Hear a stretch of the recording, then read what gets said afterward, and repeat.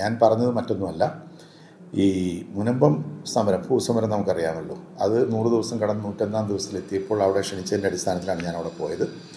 അവിടെ ചെന്നപ്പോൾ ഈ മുനമ്പം വിഷയത്തിൻ്റെ പശ്ചാത്തലത്തിൽ സംസാരിച്ചപ്പോഴാണ് ഞാൻ പറഞ്ഞത്, ഇങ്ങനെയുള്ള തെറ്റിദ്ധാരണകളും പ്രശ്നങ്ങളും ഭാവിയിൽ ഉണ്ടാകാതിരിക്കാൻ എന്താണെങ്കിലും പാർലമെൻറ്റിൽ ഒരു നിയമം വരികയാണ്. ആ നിയമത്തിൻ്റെ ചർച്ചാവേളയിൽ 2 കാര്യങ്ങൾ ചൂണ്ടിക്കാണിക്കും, 2 കാര്യങ്ങൾ വ്യക്തമാക്കുക. അതായത് ഒന്ന്, ഏകപക്ഷീയമായിട്ടെന്നോ അതല്ലെങ്കിൽ ഒരു സുതാര്യമല്ലാതെ ഒരു തീരുമാനം വഖഫ് ബോർഡ് എടുത്തു എന്ന് തോന്നുന്ന ഒരു സാഹചര്യം ഉണ്ടാകാൻ പാടില്ല, അത് ഒഴിവാക്കണം, അതിനുള്ള വ്യവസ്ഥ ഉണ്ടാകണം.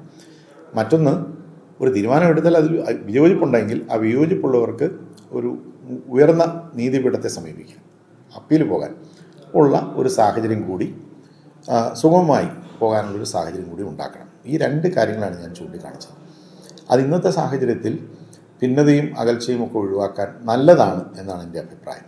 കാരണം അങ്ങനെ ഒരു പ്രശ്നം വന്ന്, അങ്ങനെ ഒരു നിയമപരമായ വ്യവസ്ഥ വന്നു കഴിഞ്ഞാൽ ഇന്ന് കാണുന്ന ഈ ആശങ്കകളും അതുപോലെ തന്നെയുള്ള വ്യത്യസ്ത നിലപാടുകളും അഭിപ്രായ പ്രകടനങ്ങളും ഒക്കെ ഒഴിവാകും. നമ്മുടെ രാജ്യത്ത് അങ്ങനെയല്ലേ നമ്മളെല്ലാ പ്രശ്നങ്ങളും പരിഹരിക്കുന്നത്. പല പഴയകാലത്തെ നിയമങ്ങളിലൊക്കെ പല പ്രശ്നങ്ങളും ഉണ്ടാകും. ആ നിയമം സംബന്ധിച്ച് കൂടുതൽ വ്യക്തത വരുത്തുന്നു. ഇനി അതിലും തൃപ്തരാകാതെ വന്നാൽ നമുക്ക് നീതിന്യായ കോടതികളെ സമീപിക്കാനുള്ള കൃത്യമായിട്ടുള്ള വ്യവസ്ഥ നമ്മുടെ രാജ്യത്തുണ്ട്.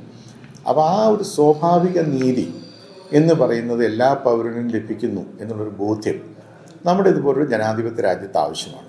അത് ഉറപ്പാക്കണമെന്ന് മാത്രമേ ഞാൻ പറഞ്ഞുള്ളൂ. അതല്ലാതെ ഞാൻ ഈ കാര്യത്തിൽ പാർലമെൻറ്റിൽ ഈ ബില്ലിന് ചർച്ച വരുമ്പോൾ BJPക്ക് അനുകൂലമായി വോട്ട് ചെയ്യും, BJPയെ പിന്തുണയ്ക്കും, ബില്ലിനെ അപ്പാടെ പിന്തുണയ്ക്കും, ഇതൊന്നും ഞാൻ പറഞ്ഞിട്ടില്ല. ഞാൻ പറഞ്ഞ കാര്യങ്ങൾ പരിശോധിച്ചാൽ കാര്യങ്ങൾ വ്യക്തമാകും. 2 കാര്യങ്ങളാണ് ഞാൻ പറഞ്ഞത്.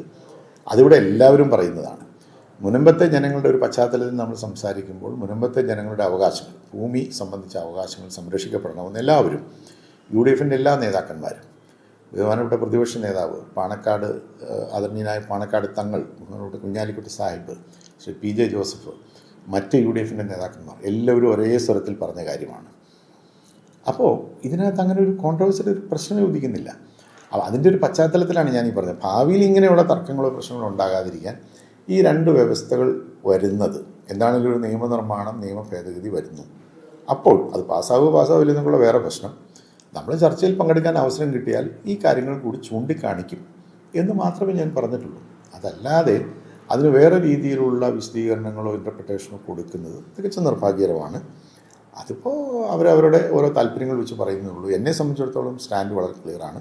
ദേശീയ തലത്തിൽ ഇന്ത്യ മുന്നണി, കേരളത്തിൽ UDF, എൻ്റെ പാർട്ടി എടുക്കുന്ന നിലപാടിന് അപ്പുറം ഒരു നിലപാട് ഞാനൊരു കാരണവശാലും സ്വീകരിക്കില്ല. ആ നിലപാട് എന്ന് പറയുന്നത് മുൻപത്തെ ഈ ജനങ്ങളുടെ ആവശ്യവുമായി ബന്ധപ്പെട്ടുകൊണ്ട് വളരെ അനുകൂലമായിട്ടുള്ള നിലപാടാണ് സ്വീകരിച്ചിട്ടുള്ളത്. അതിനനുസരിച്ച് ഉള്ളൊരു അഭിപ്രായ പ്രകടനം ഞാൻ നടത്തിയെന്ന് മാത്രമേ ഉള്ളൂ. ഏറ്റവും പുതിയ വാർത്തകളും വിശേഷങ്ങളും വിരൽ തുമ്പിലറിയാൻ Zee മലയാളം ന്യൂസ് എല്ലാ ഡിജിറ്റൽ പ്ലാറ്റ്ഫോമുകളിലും ലഭ്യം.